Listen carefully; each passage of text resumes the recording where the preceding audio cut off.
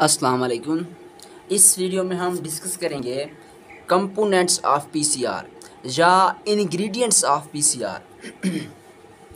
Components of PCR से मुराद ये है कि जब हम पीसीआर रिएक्शन करेंगे, जब हम किसी डिज़ायर्ड डीएनए की एम्प्लीफिकेशन कराएंगे, तो उसकी एम्प्लीफिकेशन कराने के लिए हमें कौन कौन से रॉ मटेरियल, हमें कौन कौन सी चीज़ें ज़रूरत होंगी, तो उन रॉ मटेरियल को क्या कहते हैं? कंपोनेंट्स ऑफ पीसीआर कहते हैं।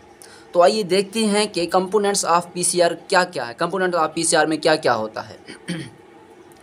First one is DNA template. एक तो क्या है, हमें डीएनए टेम्पलेट की ज़रूरत पड़ती है। Second one is dNTPs, DNA polymerase, primer, buffer, magnesium ions. ये तमाम के तमाम क्या हैं? कंपोनेंट्स ऑफ पीसीआर हैं, इंग्रेडिएंट्स ऑफ पीसीआर है। पीसीआर रिएक्शन लगाने के लिए हमें क्या इन चीज़ों की ज़रूरत पड़ती है। अगर ये ना, इनमें से अगर कोई कंपोनेंट मिसिंग हो तो ये क्या है, पीसीआर रिएक्शन रन नहीं हो सकेगा। तो आइए वन बाई वन करके हम इनको क्या है डिटेल से देखते हैं कि ये क्या है। First one is DNA template. अब डीएनए टेम्पलेट क्या है? Any desired DNA which is to be amplified. कोई भी ऐसा हमारा डिज़ायर डीएनए जिसे हम क्या है, जिसकी हम एम्पलीफिकेशन कराना चाह रहे होते हैं, उसे क्या कहते हैं? डीएनए टेम्पलेट कहते हैं। फ़र्ज़ करें कि हमें क्या है, किसी पैथोजन की क्या करनी है, डिटेक्शन करनी है, उसकी पहचान करनी है कि ये पैथोजन कौन सा है। फ़र्ज़ करें कि हम HIV क्या है पीसीआर कर रहे हैं। अब क्या है, उस केस में जब हम HIV वायरस से जो स्ट्रैंड लेंगे डीएनए, उसे क्या कहेंगे? डीएनए टेम्पलेट कहेंगे। दूसरे लफ्ज़ों में, कोई भी डिज़ायर डीएनए जिसकी हम एम्पलीफिकेशन कराने चाह रहे होते हैं, उसे क्या कहते हैं? डीएनए टेम्पलेट कहते हैं। The desire DNA which is to be amplified is known as DNA template. DNA template genomic DNA भी हो सकता है और कम्प्लीमेंट्री डीएनए को भी हम डीएनए टेम्पलेट के तौर पर यूज़ कर सकते हैं। जीनोमिक डीएनए से मुराद ये है कि जो हम सेल के न्यूक्लियस से जो जीनोम या डीएनए निकालेंगे, उसे क्या कहते हैं? जीनोमिक डीएनए कहते हैं। जबकि कम्प्लीमेंट्री डीएनए क्या है? कम्प्लीमेंट्री डीएनए ये है कि हम आरएनए को यूज़ करके और रिवर्स ट्रांसक्रिप्टेज एंजाइम को यूज़ करके जो आरएनए से डीएनए सिंथेसाइज करते हैं, उस डीएनए को कहते हैं कम्प्लीमेंट्री डीएनए। तो ये दोनों जीनोमिक डीएनए भी और कम्प्लीमेंट्री डीएनए भी क्या है, डीएनए टेम्पलेट के तौर पर काम कर सकते हैं। एक शर्त है कि डीएनए टेम्पलेट क्या है, should be free of inhibitor. DNA template में क्या, इनहिबिटर नहीं होने चाहिए।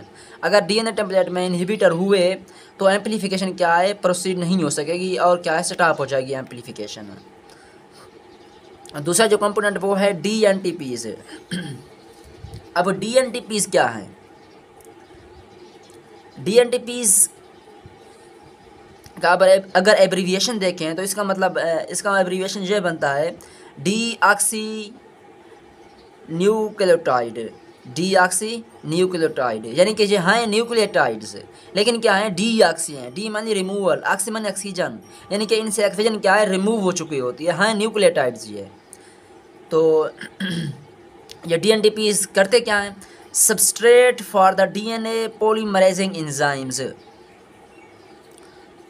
जो डीएनए पॉलीमराइजिंग एंजाइम होते हैं, अब ये डीएनए पॉलीमराइजिंग एंजाइम क्या होते हैं? डीएनए पॉलीमराइजिंग एंजाइम से मुराद ये है कि फ़र्ज़ करें ये क्या है, एक डीएनए स्ट्रैंड है। अब इस डीएनए स्ट्रैंड से हम क्या है, नई स्ट्रैंड बनाना चाह रहे हैं। जब नई स्ट्रैंड बनाएंगे तो क्या है, इस स्ट्रैंड से नई स्ट्रैंड बनने के लिए क्या है, हमें डीएनए पॉलीमरेज एंजाइम की ज़रूरत पड़ेगी। डीएनए पॉलीमरेज एंजाइम क्या है, इससे नई स्ट्रैंड बनाएंगे। डीएनए पॉलीमरेज आकर क्या करेंगे, डीएनए पॉलीमरेज एंजाइम आकर इस स्ट्रैंड के साथ न्यूक्लियोटाइड्स क्या कराएंगे, अटैच करवाएंगे। न्यूक्लियोटाइड्स क्या करवाएंगे, अटैच करवाएंगे। न्यूक्लियोटाइड्स क्या करवाएंगे, अटैच करवाएंगे, जिसकी वजह से इस स्ट्रैंड से नई स्ट्रैंड क्या है, स्ट्रैंड सिंथेसाइज होना शुरू हो जाएगी। दूसरे लफ्ज़ों में, डीएनए पॉलीमरेज क्या है, इस स्ट्रैंड को बिल्डिंग ब्लॉक क्या है, प्रोवाइड करते हैं। ये बिल्डिंग ब्लॉक क्या कहलाते हैं, डीएनटीपीज कहलाते हैं।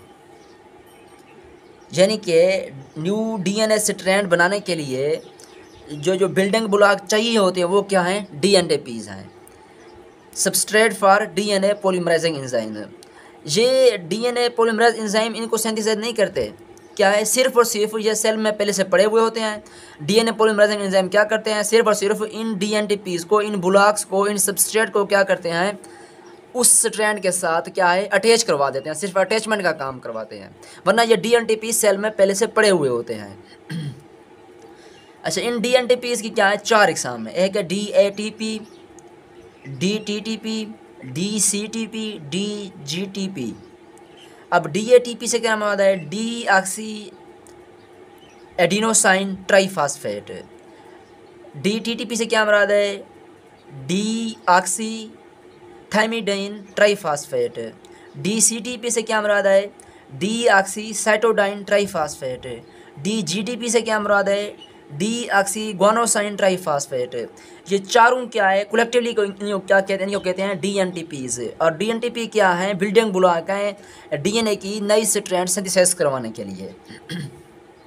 अच्छा, ये जो DNTPs हैं इनको स्टोर किया जाता है एट pH 7 pH पर क्या है, इन DNTPs को स्टोर किया जाता है। अगर pH ज़्यादा हो गई, अगर pH कम हो गई तो क्या है, pH कम या ज़्यादा होने से ये DNTPs क्या है, डीनेचर हो सकती हैं। इसलिए इन DNTPs को क्या है, 7 pH पर क्या है, स्टोर। अच्छा, इसके बाद जो तीसरा कंपोनेंट है PCR का वो है प्राइमर। प्राइमर क्या है, primer is any short sequence of nucleotide which is used to start the reaction. ये न्यूक्लियोटाइड्स की, किसी भी न्यूक्लियोटाइड्स की एक शॉर्ट सीक्वेंस है जो क्या है, रिएक्शन को स्टार्ट करने के लिए ज़रूरी होती है। अब रिएक्शन कौन सा, हर रिएक्शन नहीं, सिर्फ और सिर्फ क्या है, DNA और RNA के केस में जो पॉलीमराइजेशन रिएक्शन होते हैं, जिसमें क्या है, छोटे छोटे पॉलीमर बन रहे होते हैं, बहुत सारे यूनिट बन रहे होते हैं DNA और RNA के, उस रिएक्शन को स्टार्ट कराने के लिए क्या है, प्राइमर ज़रूरी होते हैं। Short sequence of nucleotide which is used to start the reaction. फर्ज करें कि ये क्या है, एक DNA एक स्ट्रैंड है, हम इसको क्या है, इसे हम नई स्ट्रैंड सिंथेसाइज करवाना चाह रहे हैं। अब क्या है, DNA पॉलीमरेज एंजाइम आएगा, इसके साथ अटैच होगा, अटैच होकर इस स्ट्रैंड के साथ न्यूक्लियोटाइड्स अटैच करवाएगा और एक और नई स्ट्रैंड क्या है, सिंथेसाइज करवाएगा। लेकिन ये जो DNA पॉलीमरेज एंजाइम है या RNA पॉलीमरेज एंजाइम है, वो इस स्ट्रैंड के साथ अटैच नहीं हो सकता जब तक इस स्ट्रैंड के साथ कोई short sequence of nucleotides attach ना हो। इसलिए क्या है, पहले प्राइमर अटैच किया जाता है, primer short sequence of nucleotides होते हैं, फिर DNA पॉलीमरेज एंजाइम के साथ इसका अटैच होता है और क्या है, हमारे पॉलीमराइजेशन रिएक्शन क्या है, स्टार्ट होता है। अब for proper designing of primer following factor are essential, कि जब हम प्राइमर की क्या है, डिज़ाइनिंग कराएंगे तो उसकी प्रॉपर डिज़ाइनिंग के लिए इन फैक्टरों को हम क्या है, जहन में रखेंगे, इन फैक्टर को क्या है, इन फैक्टर को ध्यान में रखेंगे कि ये फैक्टर क्या है, इन फैक्टर का लाजमी क्या है, ध्यान रखना है प्राइमर डिज़ाइन करते हुए। अदरवाइज़ अगर इन फैक्टर का हमने ध्यान ना रखा तो प्राइमर अगर इसके साथ स्ट्रैंड के साथ अटैच भी होगा तो फिर भी जो हमारा रिएक्शन क्या है, या तो नहीं होगा, अगर होगा तो क्या है, स्पेसिफिक हमें प्रोडक्ट हासिल नहीं होंगे अगर हमने इन फैक्टर को जहन में ना रखा प्राइमर डिज़ाइन करते हुए। अब ये कौन कौन से फैक्टर हैं देखते हैं। पहला है प्राइमर लेंथ, कि जो हम प्राइमर सेलेक्ट करेंगे उसकी लेंथ हमने क्या है, अपने जहन में रखनी है। उसकी लेंथ क्या है, 18 से 28 बेस पेयर होनी चाहिए। उसकी लेंथ क्या है, 18 से 28 बेस पेयर होनी चाहिए। अगर इस लेंथ से ज़्यादा का प्राइमर हमने सेलेक्ट किया तो हमें स्पेसिफिक प्रोडक्ट हासिल नहीं होंगे। अगर इस लेंथ से कम वाला प्राइमर हमने सेलेक्ट किया तो हमें स्पेसिफिक प्रोडक्ट हासिल नहीं होंगे। लिहाजा क्या है, प्राइमर की लेंथ 18 से 28 बेस पेयर होनी चाहिए। इसके बाद है GC कंटेंट, गोनोसिन और साइटोसिन कंटेंट, कि जो हम प्राइमर सेलेक्ट कर रहे हैं उस प्राइमर में क्या है 50 to 60% क्या है, GC कंटेंट होना चाहिए। यानी कि GC कंटेंट क्या है, उस प्राइमर में ज़्यादा होना चाहिए। अगर उस प्राइमर में GC कंटेंट 50% से कम हुआ तो फिर हमें स्पेसिफिक प्रोडक्ट हासिल नहीं होंगे। अगर GC कंटेंट 60% से ज़्यादा हुआ तो फिर हमें क्या है, GC कंटेंट हासिल नहीं होंगे। जो तीसरा फैक्टर है वो है मेल्टिंग टेम्परेचर है कि मेल्टिंग टेम्परेचर ना ज़्यादा होना चाहिए ना कम होना चाहिए। अब ये मेल्टिंग टेम्परेचर क्या है?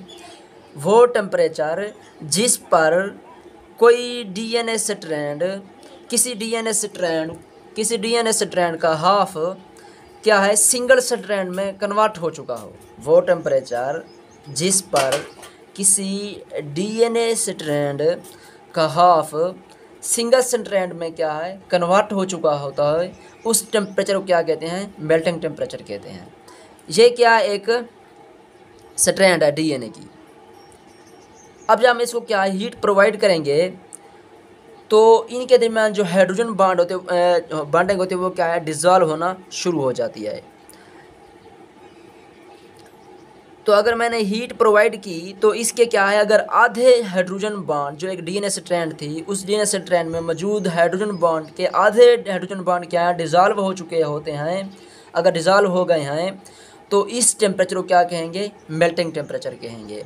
क्योंकि इस डीएनए स्ट्रैंड का क्या है हाफ स्ट्रैंड सिंगल स्ट्रैंड में तब्दील हो चुका है, सारे के सारे हाइड्रोजन बॉन्ड क्या है ब्रेकअप हो चुके हैं, सिर्फ आधे क्या है हाइड्रोजन बॉन्ड रह गए हैं, यानी कि डीएनए स्ट्रैंड का हाफ क्या है सिंगल स्ट्रैंड में तब्दील हो चुका है। तो ऐसे टेम्परेचर को क्या कहते हैं? मेल्टिंग टेम्परेचर कहते हैं। मेल्टिंग टेम्परेचर मालूम करने के लिए यह क्या है फार्मूला इस्तेमाल किया जाता है। मेल्टिंग टेम्परेचर को TM से क्या है ज़ाहिर करते हैं।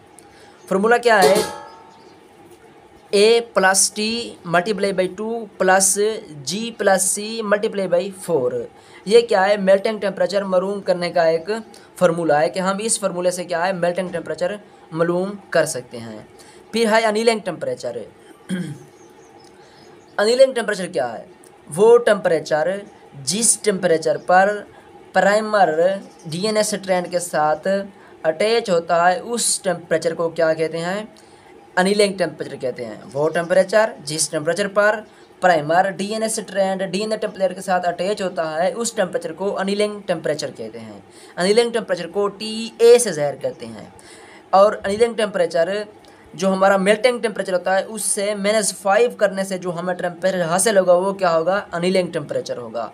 फ़र्ज़ करें कि जो हमारा मेल्टिंग टेम्परेचर था हमारे डीएनए टेम्परेचर का वो था 70, तो उससे 5 माइनस करेंगे तो हमारा जो अनिलिंग टेम्परेचर होगा वो होगा 65। अच्छा, अनिलिंग टेम्परेचर क्या है? 50 to 70 सेंटीग्रेड के दरमियान होना चाहिए। 50 to 70 सेंटीग्रेड के दरमियान होना चाहिए। मेल्टिंग टेम्परेचर ना इससे कम होना चाहिए, ना अनिलिंग टेम्परेचर ना इससे कम होना चाहिए, ना इससे क्या है ज़्यादा होना चाहिए। अनिलिंग टेम्परेचर क्या है 50 और 70 के दरमियान होना चाहिए। अच्छा, अगर क्या है कि हम बहुत ज़्यादा अगर हम कोई ऐसा प्राइमर सेलेक्ट करेंगे जिसका क्या है अनिलिंग टेम्परेचर बहुत ज़्यादा हुआ तो हमें क्या है प्रोडक्ट हासिल नहीं होंगे या हमें बहुत कम प्रोडक्ट हासिल होंगे। अगर हमने क्या है हाई अनिलिंग टेम्परेचर वाला प्राइमर सेलेक्ट किया तो हमें बहुत कम प्रोडक्ट हासिल होंगे या प्रोडक्ट हासिल ही नहीं होंगे।